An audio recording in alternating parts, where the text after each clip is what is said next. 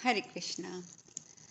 महाराज शल्य कहते हैं, बेटा कर्ण, दुधुम्बी की ध्वनि के समान जिसका कंठ स्वर गंभीर है, जिसके सींग तीखे हैं तथा जो प्रहार करने में कुशल है, उस सांड के समान पराक्रमी पृथापुत्र अर्जुन को तुम युद्ध के लिए ललकार रहे हो।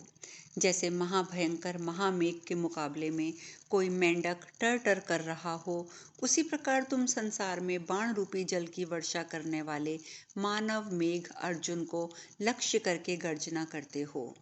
कर्ण, जैसे अपने घर में बैठा हुआ कोई कुत्ता वन में रहने वाले बाघ की ओर भौंके, उसी प्रकार तुम भी नरव्याघ्र अर्जुन को लक्ष्य करके भौंक रहे हो। कर्ण, वन में खरगोशों के साथ रहने वाला गीदड़ भी जब तक सिंह को नहीं देखता तब तक अपने को सिंह नहीं मानता। राधानंदन, उसी प्रकार तुम भी शत्रुओं का दमन करने वाले पुरुष सिंह अर्जुन को ना देखने के कारण ही अपने आप को सिंह समझना चाहते हो। एक रथ पर बैठे हुए सूर्य और चंद्रमा के समान सुशोभित श्री कृष्ण और अर्जुन को जब तक तुम देख नहीं रहे हो तब तक तुम स्वयं को बाघ मान बैठे हो। कर्ण, महासमर में जब तक गांडीव की टंकार नहीं सुनते हो तभी तो तुम जैसा चाहो वैसा बक सकते हो। रथ की घड़घड़ाहट और धनुष की टंकार से दसों दिशाओं को निनादित करते हुए सिंह सदृश अर्जुन को जब दहाड़ते देखोगे तब तुरंत गीदड़ बन जाओगे। ओ मूढ़, तुम सदा से ही गीदड़ हो और अर्जुन सदा से ही सिंह है। वीरों के प्रति द्वेष रखने के कारण ही तुम गीदड़ जैसे दिखाई देते हो। जैसे चूहा और बिलाव, कुत्ता और बाघ, गीदड़ और सिंह, खरगोश और हाथी अपनी निर्बलता और प्रबलता के लिए प्रसिद्ध हैं, उसी प्रकार तुम निर्बल हो और अर्जुन सबल है। जैसे झूठ और सच, विष और अमृत अपना अलग अलग प्रभाव रखते हैं, उसी प्रकार तुम और अर्जुन भी अपने अपने कर्मों के लिए सर्वत्र विख्यात हो। इस प्रकार श्री महाभारत कर्ण पर्व में कर्ण के प्रति शल्य का आक्षेप विषयक 39वां अध्याय पूर्ण हुआ। संजय कहते हैं, राजन, अमित तेजस्वी शल्य के इस प्रकार आक्षेप करने पर राधा पुत्र कर्ण अत्यंत कुपित हो उठा और वह वचन रूपी शल्य बाण छोड़ने के कारण इसका नाम शल्य पड़ा है, ऐसा निश्चय करके वह शल्य से इस प्रकार बोला। शल्य, गुणवान पुरुषों के गुणों को गुणवान ही माना जाता है, गुणहीन नहीं। तुम समस्त गुणों से शून्य हो, फिर गुण अवगुण क्या समझोगे। मैं महात्मा अर्जुन के महान अस्त्र, क्रोध, बल, धनुष, बाण, पराक्रम को अच्छी तरह जानता हूँ। शल्य, इसी प्रकार महिपाल शिरोमणि कृष्ण के महामात्य को जैसा मैं समझता हूँ वैसा शायद तुम भी नहीं जानते। मैं अपना और पांडुपुत्र अर्जुन का बल पराक्रम समझकर ही गांडीवधारी पार्थ को युद्ध के लिए बुलाता हूँ। मेरा ये सुंदर पंखों से युक्त बाण शत्रुओं का रक्त पीने वाला है। ये सर्पमय भयानक विषैला बाण बहुत वर्षों तक चंदन के चूर्ण में रखकर पूजित होता आया है, जो मनुष्यों, हाथियों, घोड़ों के समुदाय का संहार करने वाला है। इस बाण के द्वारा महान पर्वत मेरु को भी मैं विदीर्ण कर सकता हूँ। मैं अत्यंत कुपित होकर इस बाण के द्वारा श्री कृष्ण और अर्जुन के साथ युद्ध करूंगा और वह कार्य मेरे योग्य होगा। शल्य, वे दोनों पुरुष ही एक साथ रथ पर बैठकर एकमात्र मुझ पर आक्रमण करने वाले हैं। देखो मेरा जन्म कितना उत्तम है। धागे में पिरोई हुई दो मणियों के समान प्रेम सूत्र में बंधे हुए उन दोनों फुफेरे और ममेरे भाइयों को, जो किसी से पराजित नहीं होते, तुम आज मेरे द्वारा मारा गया देखोगे। अर्जुन के हाथ में गांडीव धनुष और श्री कृष्ण के हाथ में सुदर्शन चक्र है। एक कपिध्वज तो दूसरा गरुड़ ध्वज। शल्य, ये सब वस्तुएं कायरों को भय देने वाली होती हैं, परंतु मेरा हर्ष बढ़ाती हैं। तुम तो दुष्ट स्वभाव के मूर्ख पुरुष हो। दुष्ट और पापी देश में उत्पन्न हुए नीच क्षत्रिय कुलंगार दुर्बुद्धि शल्य, तुम उन दोनों की किसी स्वार्थ सिद्धि के लिए स्तुति करते हो, परंतु सम्रांगण में उन दोनों को मारकर बंधु बांधवों सहित तुम्हारा वध भी मैं ही करूंगा। तुम मेरे शत्रु होकर भी सुहृदय बनकर मुझे श्री कृष्ण और अर्जुन से क्यों डरा रहे हो। आज या तो वे दोनों मुझे मार डालेंगे या मैं ही उन दोनों का संहार कर डालूंगा। मैं अपने बल को अच्छी तरह जानता हूँ, इसलिए श्री कृष्ण और अर्जुन से कदापि नहीं डरता हूँ। नीच देश में उत्पन्न शल्य, तुम चुप रहो। मैं अकेला ही सहस्त्रों श्री कृष्णों और सैकड़ों अर्जुनों को मार डालूंगा।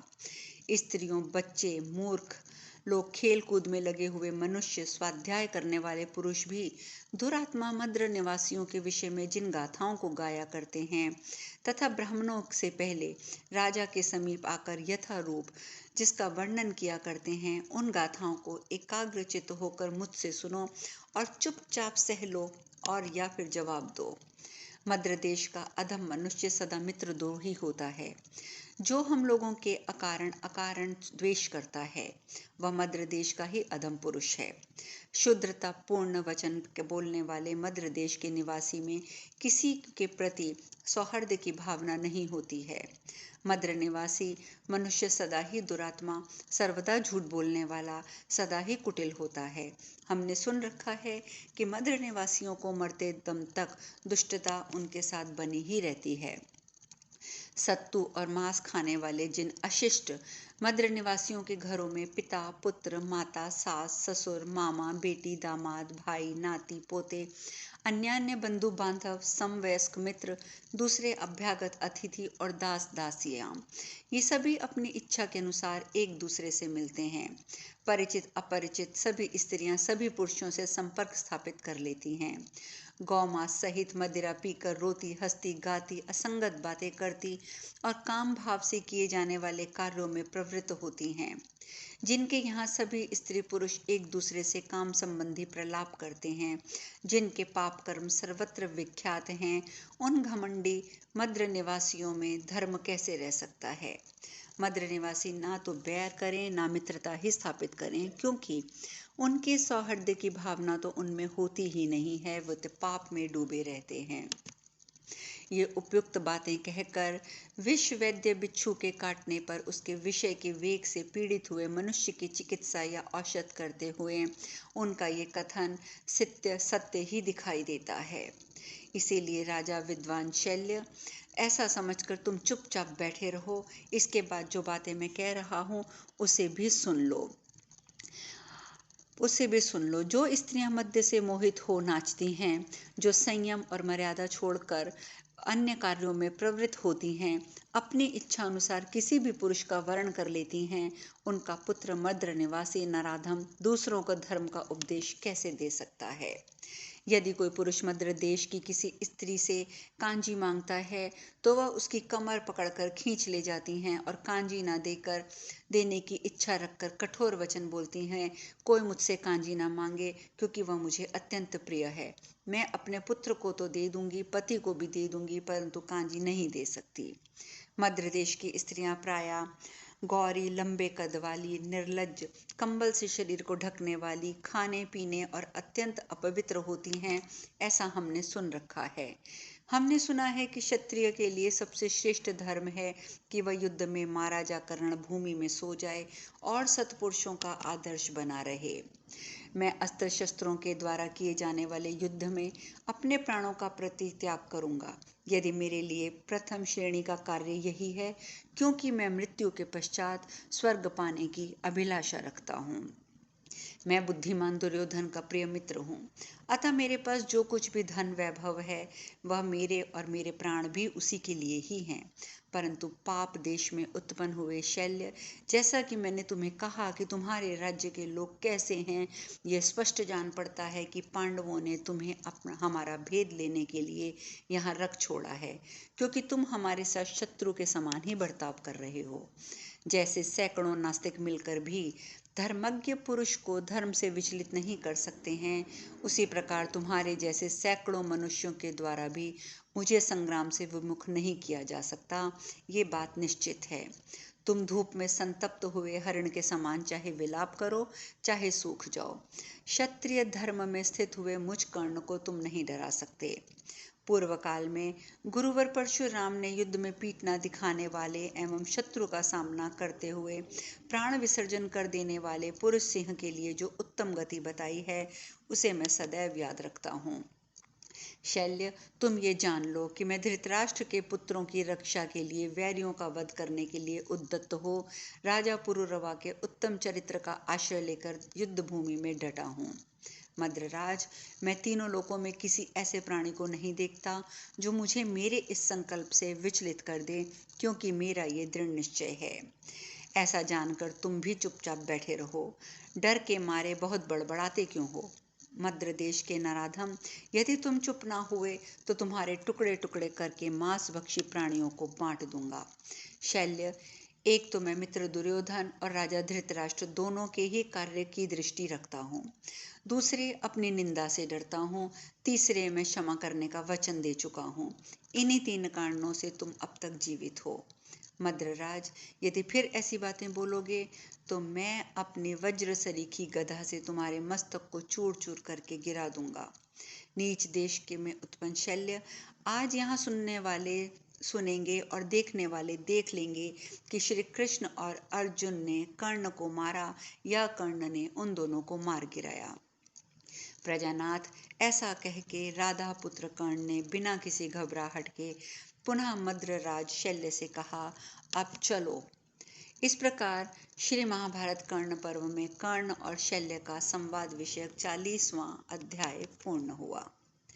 संजय जी आगे कहते हैं, मान्य नरेश, युद्ध का अभिनंदन करने वाले अधिरथ पुत्र कर्ण की बात उपरोक्त बातें सुनकर शल्य ने फिर उनसे दृष्टांत युक्त बात कही।